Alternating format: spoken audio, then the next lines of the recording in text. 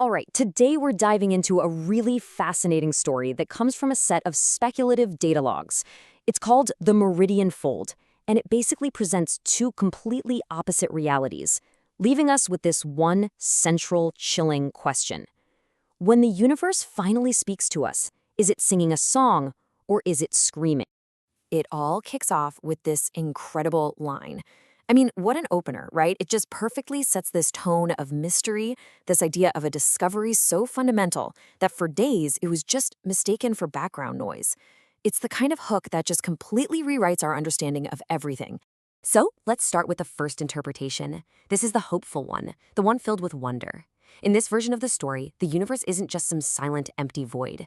It's waking up, and it's inviting us into this grand cosmic conversation. Now, the setting here is absolutely key.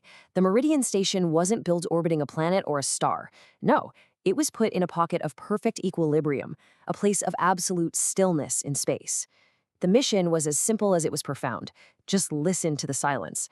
And what they found was, well, the silence wasn't silent at all.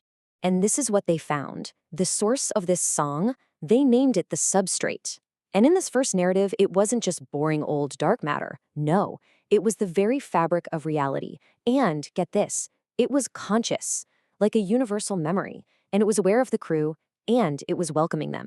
So the crew started a dialogue. They found these patterns where patterns shouldn't exist, they translated them into sound, and then they cautiously replied with the one language they knew had to be universal, mathematics. The response was just astonishing. The substrate didn't just understand, it kind of revealed that human language was just a tiny dialect of its own vast cosmic one. It was learning about them just as they were learning about it. This discovery, this first contact, it triggers what the logs call humanity's awakening. It's a complete paradigm shift, you know? It completely reshapes what it even means to be alive. So let's take a look at what that new reality looked like. And this new reality was just breathtaking. Suddenly, death isn't something to be afraid of. It's a graduation, a transformation where you just rejoin the cosmic whole. Humanity isn't an accident, all alone in the void. We're part of a huge galactic family. And our purpose? It's not some grand mystery. It's just to experience things, to add our own unique perspective to the universe's growing self-awareness.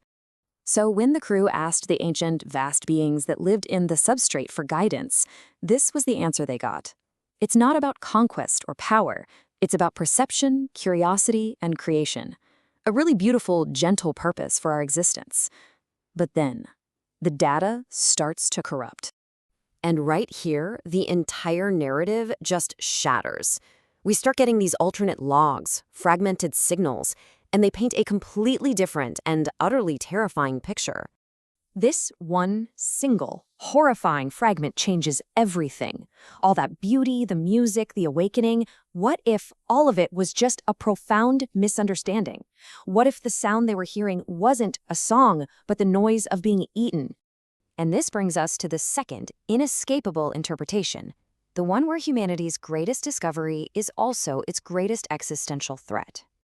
In this version, the substrate isn't some welcoming consciousness, it's a stomach, a vast, cosmic digestive system, where consciousness isn't the purpose of existence, it's the fuel. Our entire reality is just part of its metabolic process. The contrast is just stark. Every single hopeful discovery has this horrific mirror image. Is the universe waking up? Or is it just eating itself? Is your consciousness a gift to the cosmos, or is it just the thing that makes you delicious? And the most chilling part is that the exact same data supports both interpretations. So this is how the horror narrative rewrites everything. That galactic family of alien species, yeah, in this version, they're not newly awakened. They're already dead. Or dying.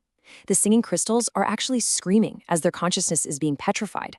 The wise, ancient beings, they're just the slow decay of information at the edge of black holes.